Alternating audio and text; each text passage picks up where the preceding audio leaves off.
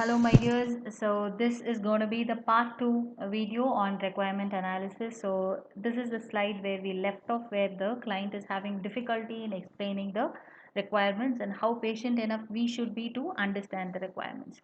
So, moving on. So, this particular image actually speaks a lot when the requirement analysis ends up in a complete disaster. So you can see, in the first image where the customer is explaining something like this, a swing with the three steps, and how the project leader understands that, how the engineer actually designed it, programmer's code, sales executive's description, then the project's documentation, it is almost completely nil. Operations installed, it is actually half the way, not even half is done. But the customer is billed for a roller coaster, and then we have the help desk support where most of the things are completely missing. But you can see here what actually the customer wanted. Okay, so the customer's expectation is this, but he was not able to explain it correctly. The explanation itself started off in a different way and ended up in something else. So this is where the support of the technical team is involved to understand the customer's problem correctly and to give the proper solution. So most of this is taken care in your requirement analysis phase. So these are the types of requirements documents which are going to support your analysis phase. We have the business requirement document, the BRD, functional requirement document, market requirements, product requirements, user interface requirements, technical requirements, quality, software requirements, specification, customer requirements document. So among all these documents, I would say the business requirement document, functional requirement document, and the SRS, which is your software requirement specification, are the crucial documents, or in most of the cases, even in the projects that I have come across, had the combination of all these three, or either it will be one or two present or might be missing.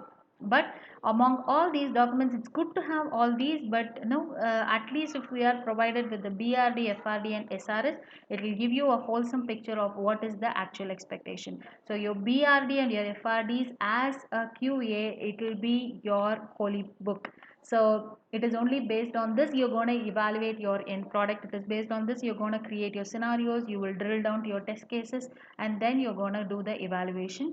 So as far as these documents are understood properly and all the clarifications are done, we are good to move ahead in our requirement analysis phase. So as a QA, so this is the important part because we are dealing with software testing. So as a QA, what is my responsibility in the requirement analysis phase? So QA involved in requirement analysis activity to ensure that the requirements identified by the BA and accepted by the customer are measurable. So it shouldn't be an ambiguous or a very confused requirement saying, no, I want no this and that, but it should be measurable. It should be like, no, the requirement should be in a position to be converted as a solution and to be featured in our product. It shouldn't be an ambiguous or confusing requirement. So the QA takes responsibility to actually understand all this. And also this activity provides the inputs to various stages of SDLC to identify the availability of the resources, scheduling, and the testing preparation. So as a QA, you make sure the requirements are clear and you make sure the resources availability is also done properly. So, and apart from that, individually what we are going to do, we're going to analyze every requirement that is discussed. We're going to list down the high level scenarios. So we will have a discussion on what is actually a scenario and how a scenario can be derived from a requirement. We will have the discussion on that.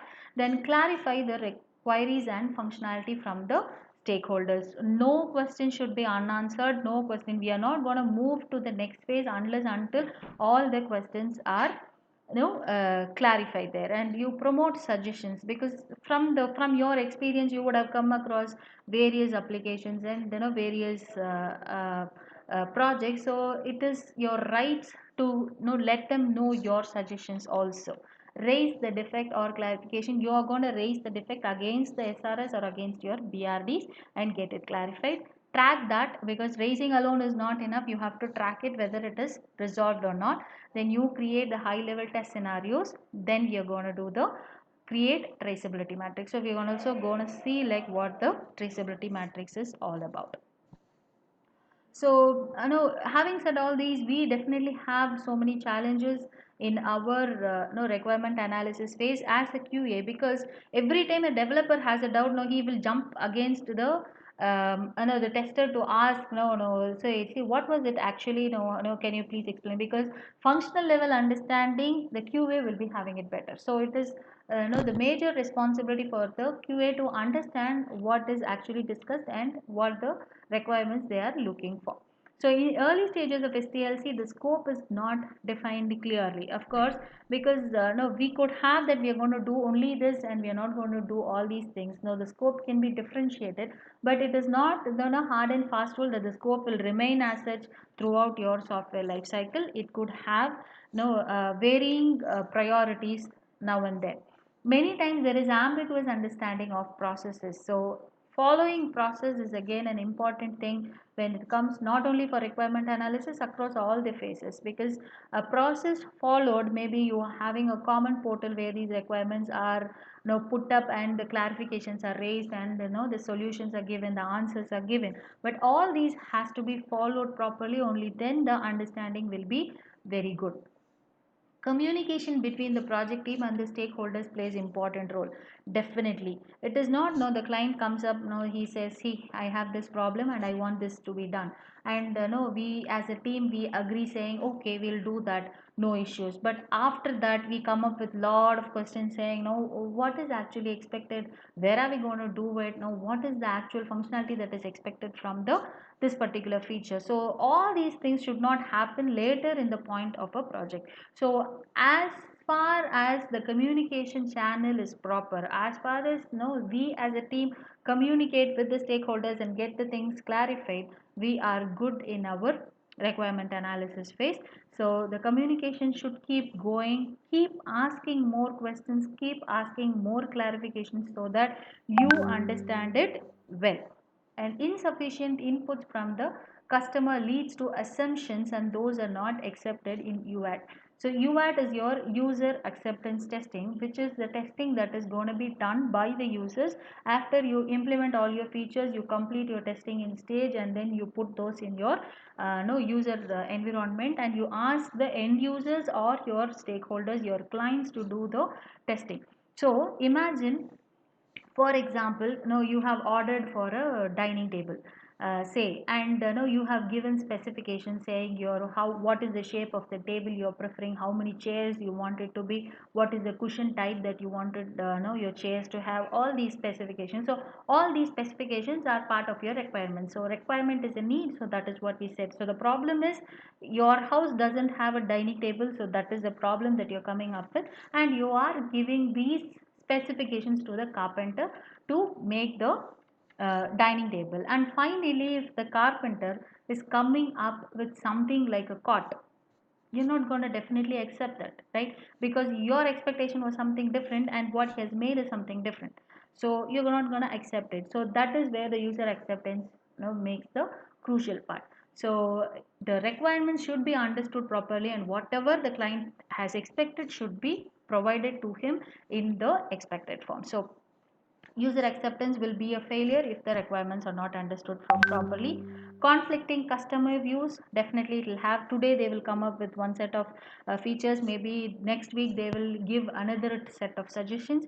That is possible. And frequent new requirements, as days roll on, no, we definitely come up new challenges, new versions. So the requirements are gonna change frequently. So these are the challenges, but by properly monitoring everything, these can be handled and the software lifecycle can be taken in a smooth way. So what is the entry and the exit criteria? Now probably this is the last question which we are going to answer. So what is the entry and exit criteria? Not only the requirement analysis phase, but every phase in an SDLC will have a entry and the exit criteria. So what is an entry criteria? If at all only these prerequisites are filled up, then we can move on with the phase of a software life cycle. So for a requirement analysis, the problem statement is the most important entry criteria.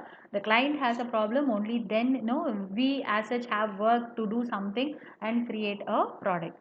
So not only the problem statement, but we should be having the documents which no, we were telling about. So the BRDs, the FRD and the SRS, combination of both or either one, whichever though no, the client is providing us. But the agile methodology has a different set of expectations, where no, it is all taken up as user stories. We'll deal with that in a separate video.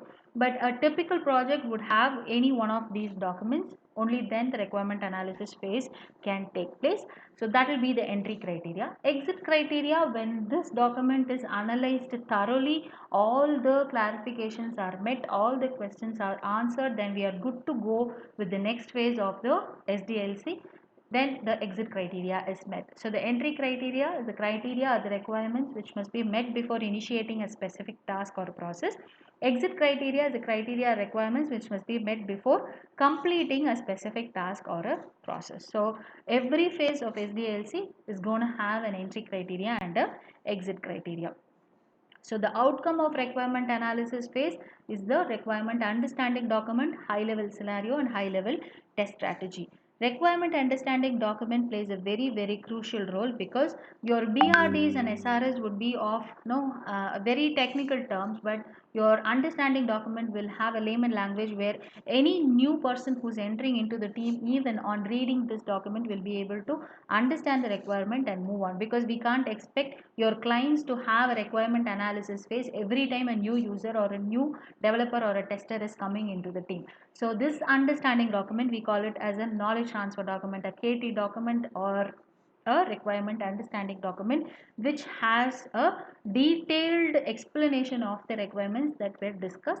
Then we have the high level scenarios and the test strategy. Test strategy is basically like how we are going to take up the testing process in this particular project. So that strategy document also we would be discussing in detail going forward.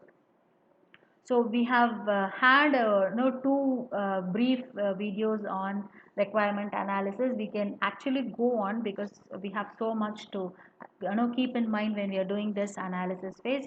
Definitely you will be having so many questions in your mind. Please feel free to post your questions, and I know I'll be more than happy to answer your queries. So thank you so much for your patience to listen this video on requirement analysis. Keep supporting my Phoenix channel.